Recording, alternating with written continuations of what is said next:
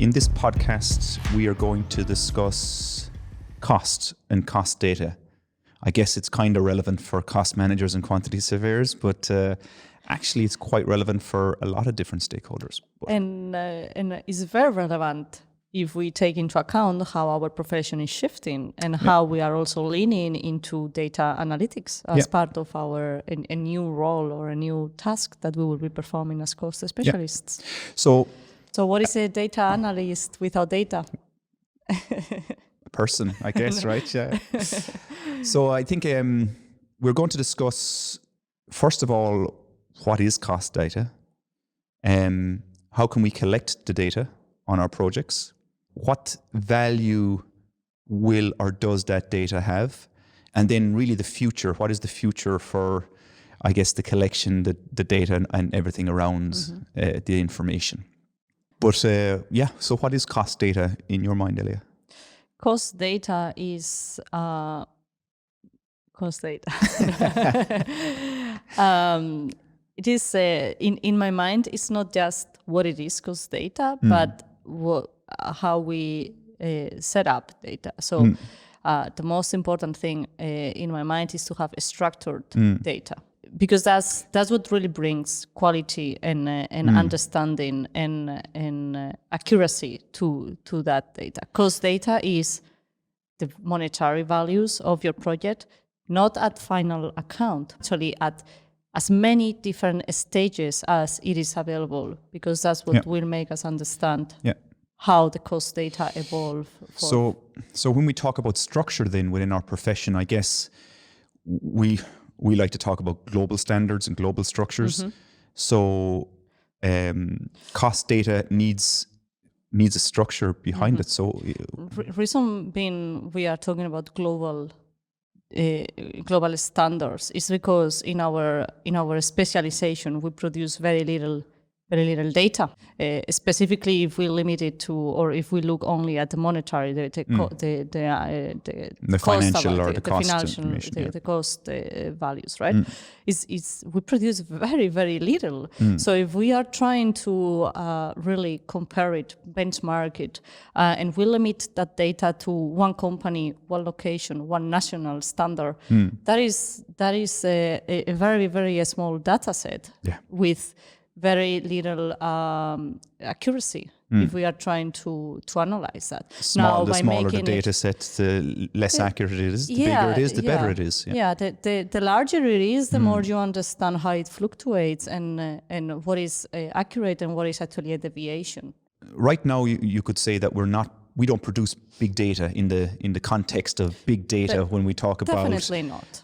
Google Maps and this, and also when our cost data is collected over actually quite a long period of time if you consider the project life cycle from inception to construction and handover, or even if you're talking about operational cost. We go from a design of 1 or 2 years, a construction of 1 or 2 years, and an operation of 30 or 50 years.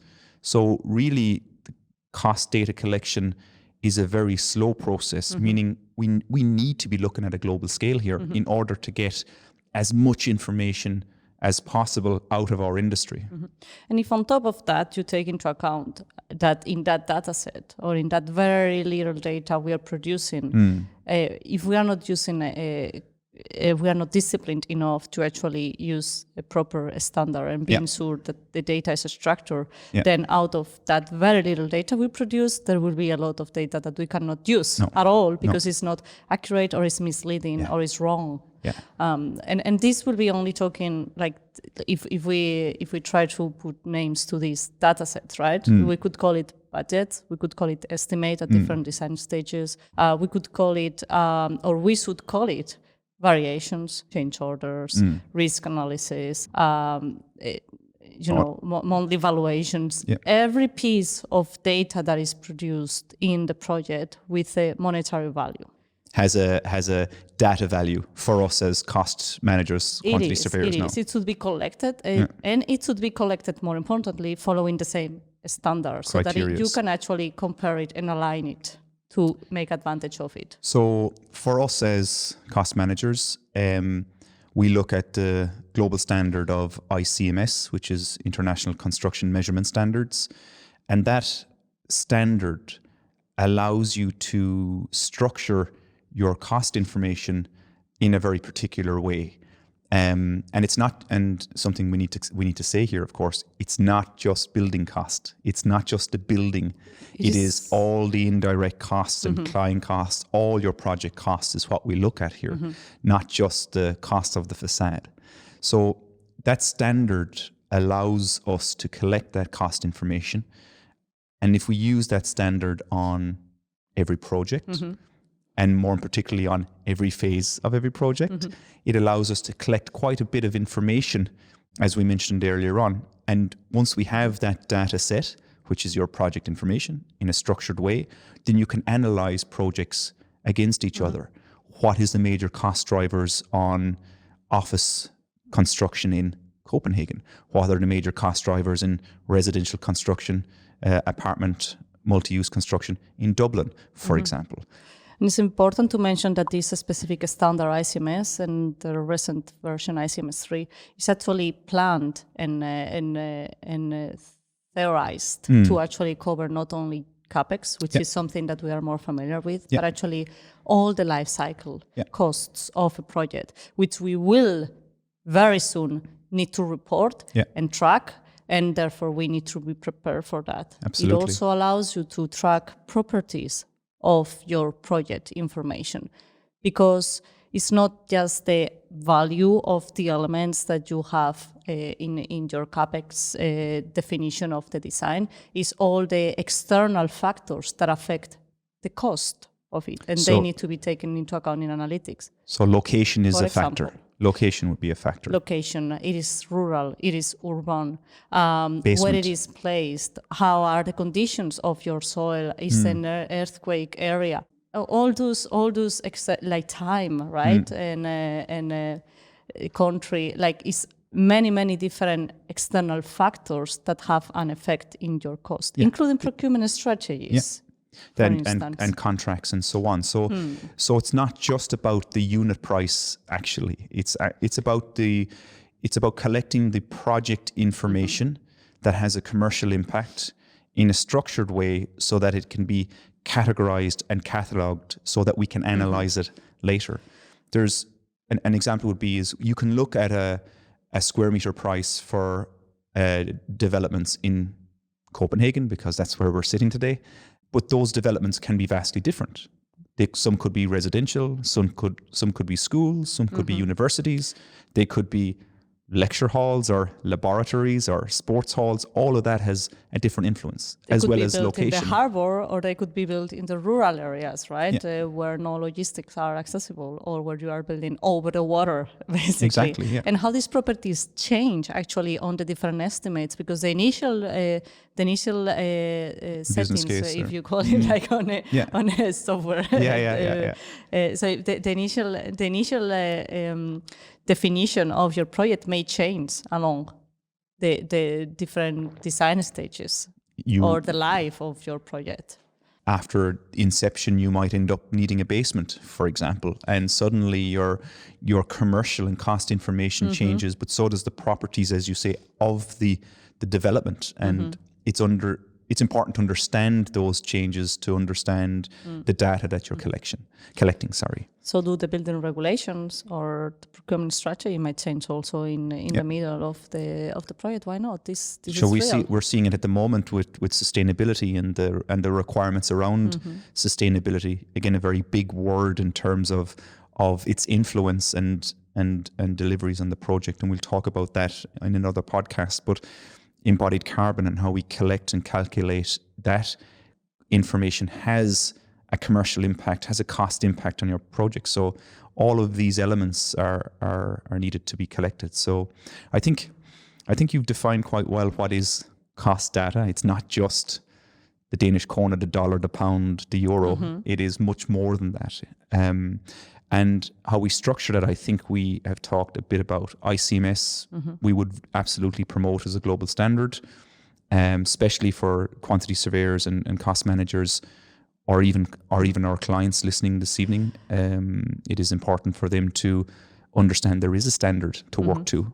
And how we structure not that just one point of the project, more importantly, how we define that standard to go across your entire life, the entire life of your project, and the entire portfolio, but specifically in the entire project. Something we see often is that because there is different stakeholders involved, taking over or handing over, the practices of these new stakeholders are applied, and so the entire project data structure changes. This should not be allowed anymore. Now that we understand the value of this would be one of the requirements in the project, meaning this should be defined on the BIM execution plan and the common basis for your project and how the data is produced, structured, and defined. So your 5D dimension within your BIM execution plan suddenly becomes an awful lot more structured and more defined. Often in BIM execution plans, we see that there is no definition for the fifth dimension,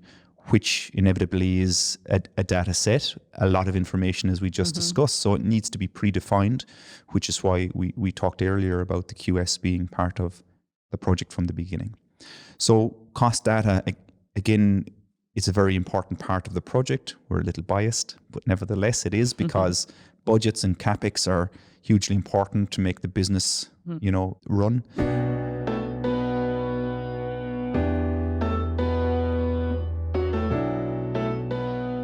But how do we collect this information then? If we have the structure ICMS, how or when do we collect this information on the project? We really need to include this as part of the process, ideally making it easy.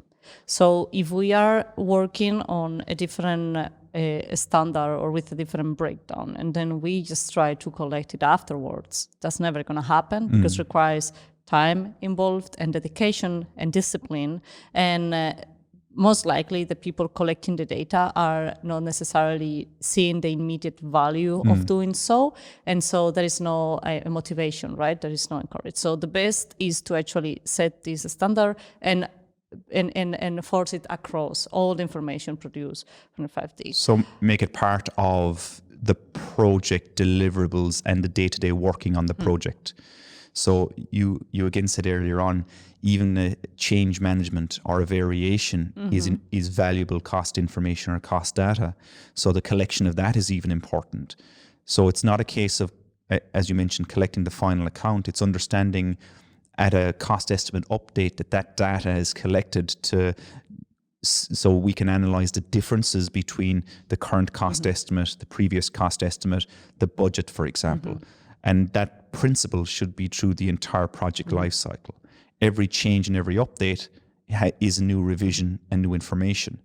And as I was saying, maybe the person collecting this data is not immediately in favor of it, so they don't see the immediate value of it. Now, it is appreciated when you are looking back to benchmarking. So the main stakeholder that will benefit the most from it is actually the clients themselves, the developers, the owners of these properties or these projects, because it's them who will be able to actually analyze and compare all this data across their different projects, their different locations, their entire portfolio. I would argue that the professional quantity surveying practice also will see this data as invaluable, because as part of their profession, they're advising on early stage benchmarking, business cases, and so on. So, remove opinion, base it on data, start collecting, start standardizing. But how do we collect this data on the project? We now know that we can standardize. We now know that every change is a new revision. But how do we collect that then? Do we use is it software? Is it PDF? Is it Excel?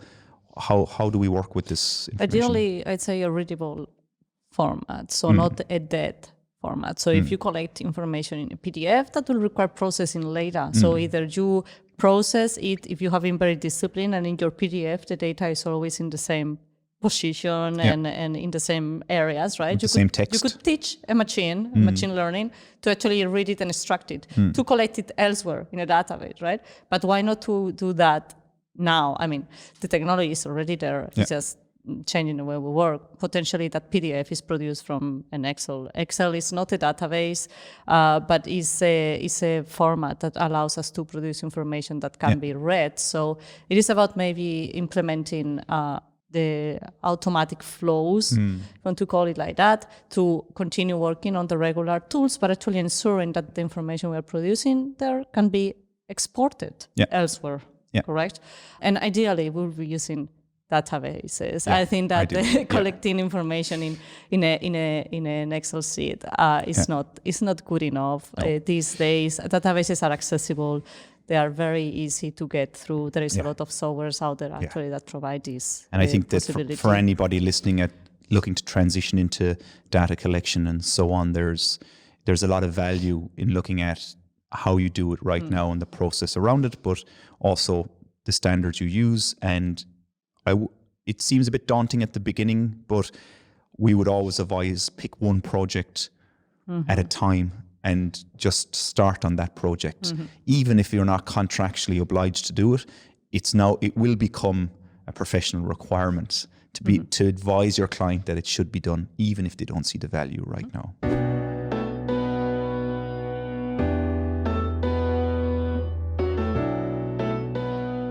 But that leads us nicely into, I guess, the next point, which is cost data and the value of cost data. And we could mean value in a monetary sense, because there will be a value for it in the future.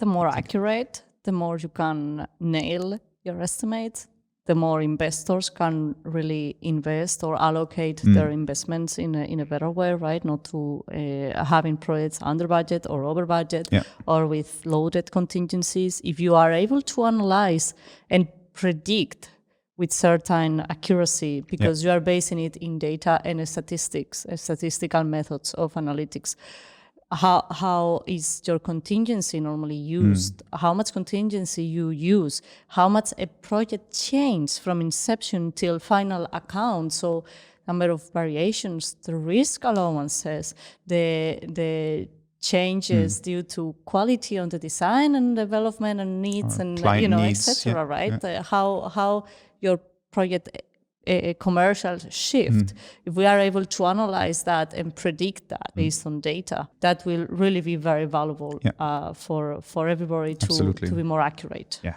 and it's even on the project itself, understanding the impact of change on the project is driven by the collection of cost data in a structured way. We become much more transparent on our projects and much more kind of proactive towards our clients and the advice that we're giving them on the project. So the value of cost data is not just for benchmarking in the future, but it's also on the projects itself. It allows you to improve the process of how you address a project. So, for example, by having proper tags and naming conventions and naming your stakeholders, maybe you can start analyzing which of your stakeholder groups are requesting the most changes or are creating the most impact to the economics, so that in your next project or on your projects you can actually focus on managing that group specifically, maybe by defining those requirements in earlier stage, so that you impact least the less in later stages their requirements, their needs. It might also allow you to understand where your real costs happen, because it may not be an obvious cost driver at the beginning, but it actually may impact a lot substantially the project economics in the end. And your decision making. One simple thing is getting cost data from the marketplace or the industry. So structuring your bills of quantities or cost breakdown structures so that you collect that cost data from the industry gives you a very clear insight into the current position of the industry at that time. But what it also does is gives you an understanding of the quality of the price and offer you're receiving from the contractor or the supply chain.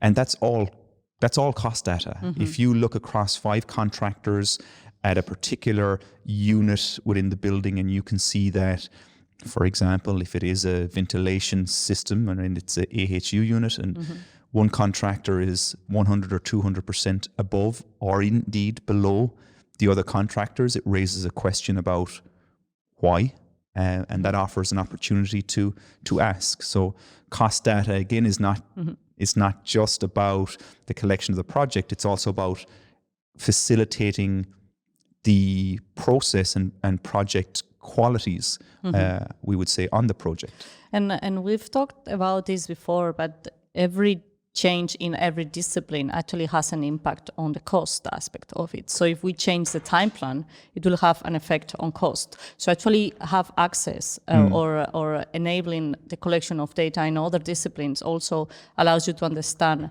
change in a cost, right? Yeah. Variations. For example, if consistently your procurement process delays the entire signature of the contract. signing the contract, right? Because there is always complications about it. Like that normally we all know, but we rarely remember because that data is not really tracked and highlight with a warning on this is something you need to focus on your next project because this has this amount of money impact to it. And if we were to, in the simple terms, I would say that for clients and for investors, just understanding the square meter price of a building at the earlier stage is hugely important for decision making. And decision making to invest is generally quite quick. It can be very aggressive, depending on where you're buying your land or your project and so on. And having that cost data in that sense becomes very valuable. Another area of having valuable cost data is when we look at price inflation and the movement of prices in the market. We've all experienced over the last number of years COVID impact, global supply chain impact. Having that structured cost information on a project allows you to understand and isolate certain materials or certain elements of the project so that you can have a clearer image of what the potential impact of this is going to be. For example, if we can't get access to steel, what will that have? What will that have in my project if the current design is steel? It can be isolated, it can be calculated, and all of that becomes cost data and relevant cost data. And I think that in that regard, and since we have also emphasized before, maybe the way other disciplines collect their data needs to be evaluated from a cost perspective. Yeah. Because for us as cost specialists, it is very, very important, or it will be very, very important to understand how the doors design change from inception till the end. So it increased on 30% from what you see on concept, or what is the amount of each material that is built in a project. For that, the other disciplines need to be tracking their data like in a structured way as well. So they would need to track materials as one separate, like as one separate parameter, right, on the property set of the way they are tracking the data. That data is rarely shared or available actually for design teams themselves to build databases of understanding the development or their design, and also for us cost managers to actually understand the variation from in percentage, right, in numbers of how the design changes from the beginning till the end, which will be very, very valuable, I think, for us to understand allowances, provisional allowances, and how to fill in the gaps of what is in the design, particularly on the 3D, for example, at different stages. And another one, I would say, a value for that we can achieve or we can get from the cost data is really challenging the design solutions, and not just design solutions nationally, but design solutions across borders. Maybe there's a lot of learning to happen. And really the first question is raised about how much does a building cost per square meter? And we can begin to analyze that across borders if we have standard structures, of course, around the economy, that how come my superstructure for an office building in London is way more expensive or cheaper than it is in Copenhagen or Dublin or New York, and begin to look at the design solutions around that superstructure so that we can then create more value, not only cost value, but value in the project for clients. And generally a good cost structure with cost data begins to drive that discussion point. And something I've seen in projects that is probably the wrong approach. It's not as easy as coming saying, "Oh, I don't want a concrete building anymore. How about building it in timber?" For several reasons. What cannot happen is that we just change the entire structure, the material, right, the geometry from concrete to timber, and that's it. Because we also need to understand the implications, structural loads, etc., of changing from one to another, plus all the extra material that might need or extra properties that might be needed, acoustics or fire protection or services that can no longer be compatible from concrete to timber, right? And all that is either you design two totally different projects and then you compare them, or actually you evaluate them based on benchmark data from other projects. First, normally the main reason clients approach they want to know the cost implication of these changes, right? And without involving a full redesign, we could assess the difference in cost by actually having a better data benchmark to define the deviations between a concrete building and a timber building. So really the value and cost data is driving quicker and I would say more accurate decision making from a client's perspective, meaning that they are reducing their risk, they're reducing time impact on the change, and of course they're reducing their potential cost impact. And our sentences, right? Because it will be informed decisions based on facts, based on numbers and actual figures. Yeah.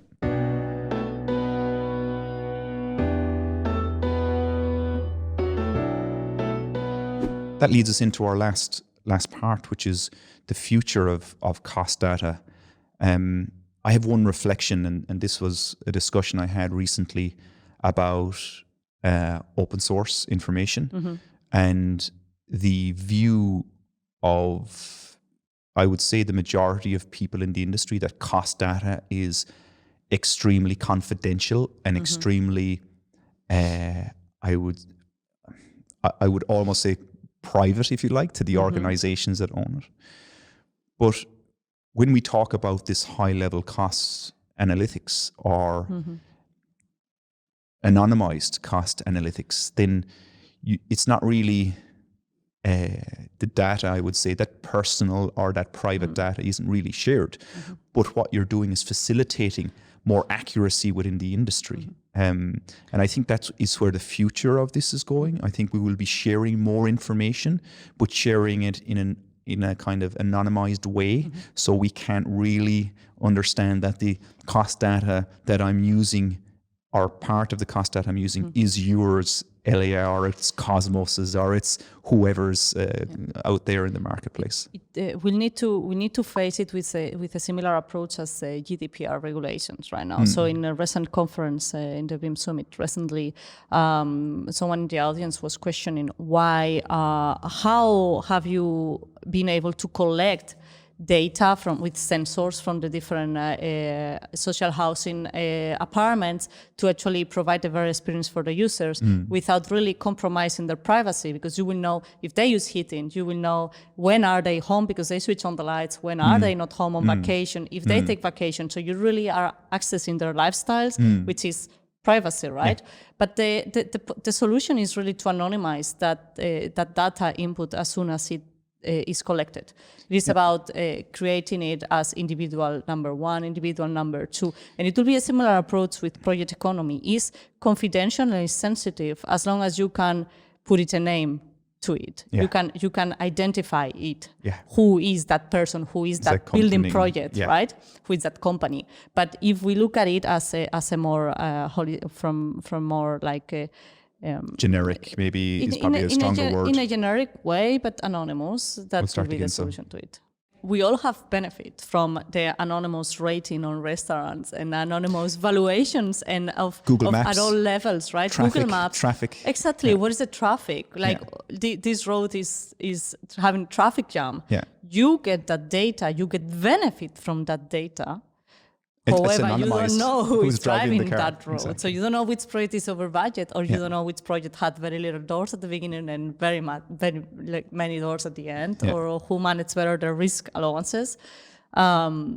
It's like we don't have such a unique projects that will compromise. So we have schools in Ireland, right? In a region, you have so many schools that it really will be difficult to accurately say this school has this, it was performing this bad because, X, Y, and Z happened. Y, Z, but I whatever. would say that technically all public projects is public information. So really it's the private companies and the private investors that would be sharing their anonymized information. But also, you're right, the public authorities also should be sharing their information anonymized. So there will be the main beneficiaries. beneficiaries because in the end they are setting their public budgets, and it's correct. a huge defeat if their budget was wrongly set up because they don't have a school for that season. Yeah. Because they're over budget, problems, right? Like, and how many schools do regions build to actually understand the scope and magnitude and budget of these schools, right? So ideally, they should share this information between regions because they will be supported by previous experiences of other regions. Now, if it's we are ashamed because of performance or because disclosing,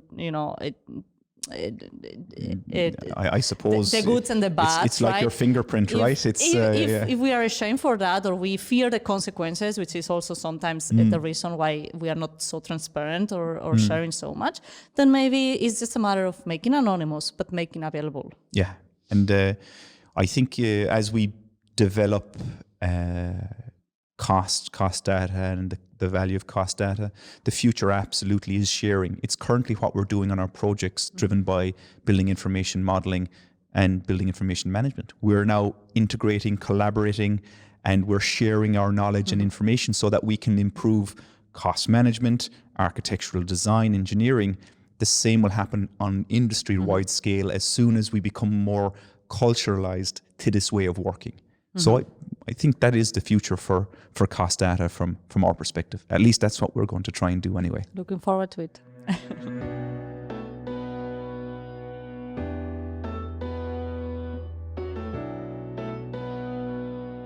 Thanks very much for listening. There's a LinkedIn link below in the show notes. We would love to connect with you. We hope you enjoyed it and have you with us in the next one. Thank you very much.